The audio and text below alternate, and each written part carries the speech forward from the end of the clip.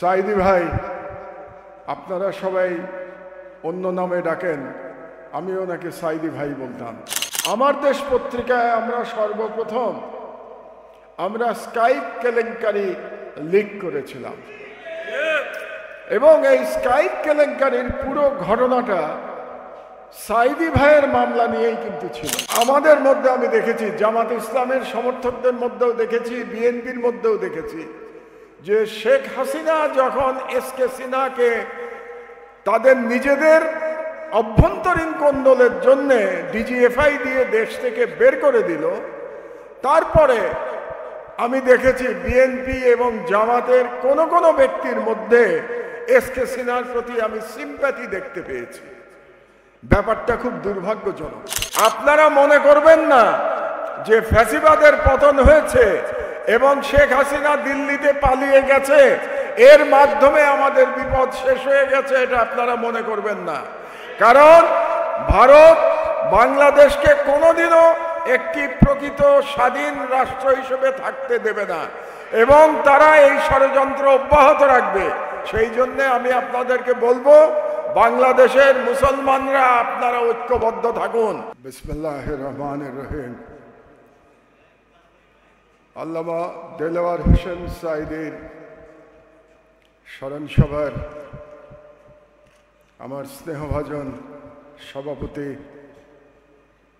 আমার অতি প্রিয় সাঈদী ভাইয়ের মেজ ছেলে শামীম সাঈদী এবং উপস্থিত সুধীবৃন্দ, আলেম ওলামা বৃন্দ, বক্তাবৃন্দ, আসসালামু আলাইকুম। আমি দুটো বিষয়ে আলোচনা করে আমার বক্তব্য শেষ করব। প্রথম বিষয়টি ব্যক্তিগত আর দ্বিতীয় বিষয়টি কিছুটা রাজনৈতিক এবং বিচার বিভাগ সম্পর্কিত। ব্যক্তিগত আলোচনাটা হলো, সাইদি ভাই, আপনারা সবাই অন্য নামে ডাকেন, আমি ওনাকে সাইদি ভাই বলতাম এবং আমরা দুজন ভাইয়ের মতো ছিলাম, ভাইই ছিলাম, ভাইয়ের মতো কেন, ভাই ছিলাম। আমরা দুজন একই সাথে পাশাপাশি সেলে প্রায় 2 মাস বন্দী ছিলাম গাজীপুর জেলখানায়।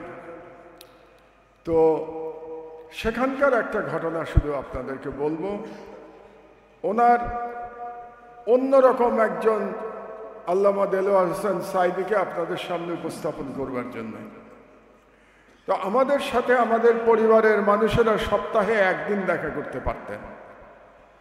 তো ওই দিন আমাদের পরিবার থেকে কিছু ভালো খাবার দাবার নিয়ে আসা হতো, কিছু তরকারি কিংবা কিছু মিষ্টি, বিস্কিট, এগুলো নিয়ে আসা হতো।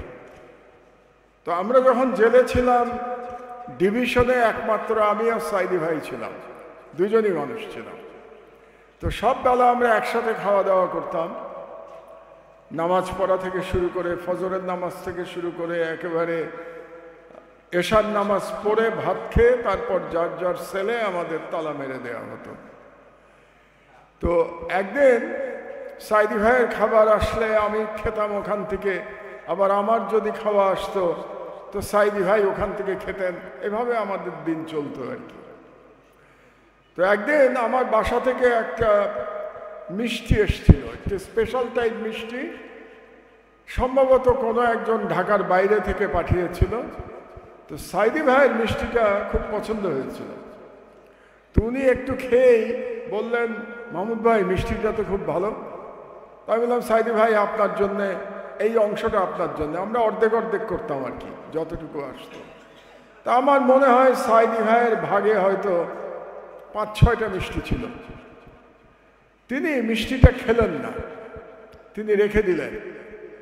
আমি আর জিজ্ঞেস করি নাই উনি খেলেন না কেন, উনি বললেন যে মিষ্টিটা ভালো। তার একদিন পরে ওনার, এটাকে জেলখানার ভাষায় বলতো দেখা, মানে ওনার দেখা আসবে, মানে হচ্ছে ওনার পরিবারের লোকজন আসবে। তো পরের দিন ওনার পরিবারের লোকজন যখন আসলো এবং তারপরে আমরা গল্প করতাম কে কেমন আছে এটা জানবার জন্যে, সাইদি ভাই আমাকে বললেন যে আমি মিষ্টিটা কেন খাই নাই জানেন? এই মিষ্টিটা খুব ভালো ছিল, আমার ছেলে মেয়ে এবং নাতি নাতনিদের খাওয়ানোর জন্য আমি এই মিষ্টিটা খাই নাই। আপনি কতটা স্নেহশীল পিতা এটা চিন্তা করে দেখেন।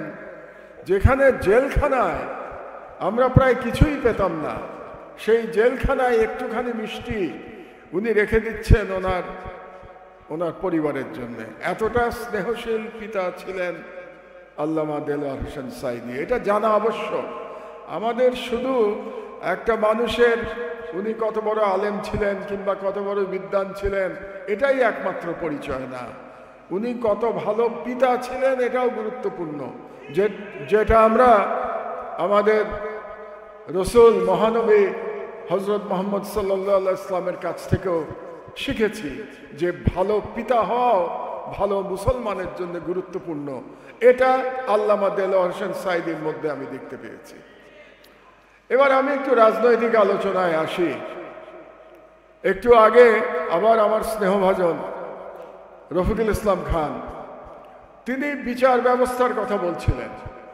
আপনাদের হয়তো অনেকের স্মরণে আছে, আমার দেশ পত্রিকায় আমরা সর্বপ্রথম স্কাইপ কেলেঙ্কারি লিক করেছিলাম এবং এই স্কাইপ কেলেঙ্কারির পুরো ঘটনাটা সাঈদী ভাইয়ের মামলা নিয়েই কিন্তু ছিল। এই জিনিসটা আপনাদের জানানো দরকার। আমি মনে করলাম আজকের মাহফিলে এটা বলাটা সব থেকে গুরুত্বপূর্ণ। এটা যে আমরা লিক করেছিলাম এটা একটা ঐতিহাসিক ব্যাপার ছিল, কারণ এখানে খুব নামকরা আইনজীবী মিজান সাহেব আছেন, উনি জানবেন যে স্কাইপ কেলেঙ্কারিতে আমরা যেটা প্রমাণ করেছিলাম এর মাধ্যমে লিগালি আমরা প্রমাণ করে দিয়েছিলাম যে এটা একটা জুডিশিয়াল কিলিং ছিল। কারণ আপনারা মুখে যতই জুডিশিয়াল কিলিং এর কথা বলেন না কেন, আইনের ভাষায় এভিডেন্স প্রয়োজন হয়।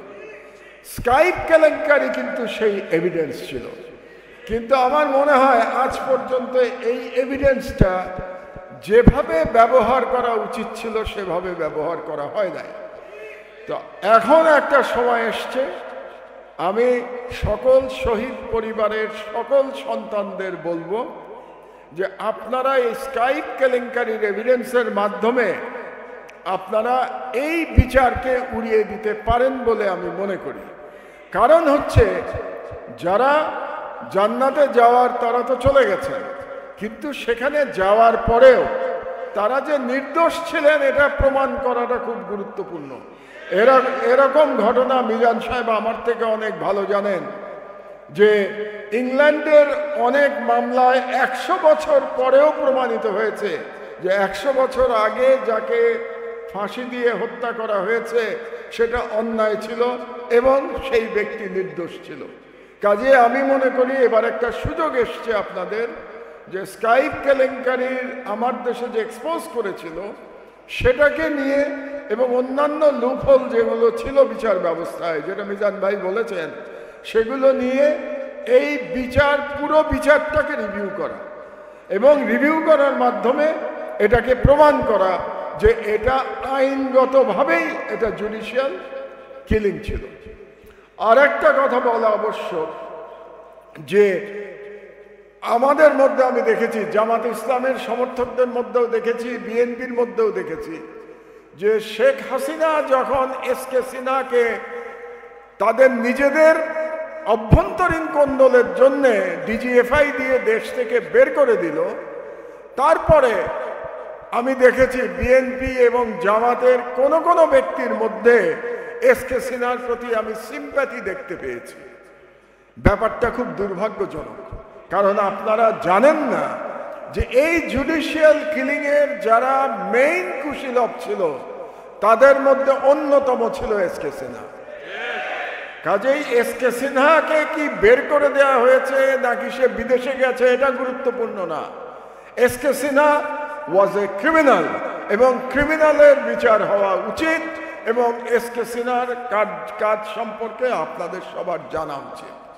কারণ শুধুমাত্র আইসিটির যারা বিচারক তারাই দায়ী ছিলেন না, যারা আপিল বিভাগে ছিলেন তারাই কিন্তু শেষ পর্যন্ত এক্সিকিউশনটা করেছেন।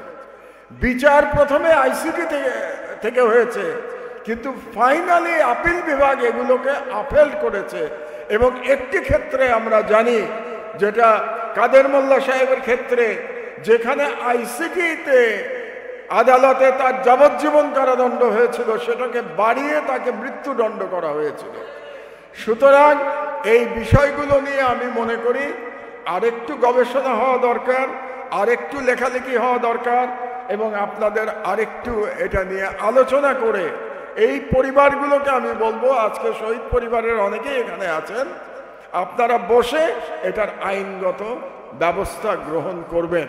কারণ আমি নিজের অভিজ্ঞতা থেকে দেখেছি, রিমান্ডের কথা একটু আগে আমার ছোট ভাই রফিকুল ইসলাম খান বলছিল 30 দিনের কথা, আমি 39 দিন রিমান্ডে ছিলাম, 39 ডেজ আমি রিমান্ডে ছিলাম।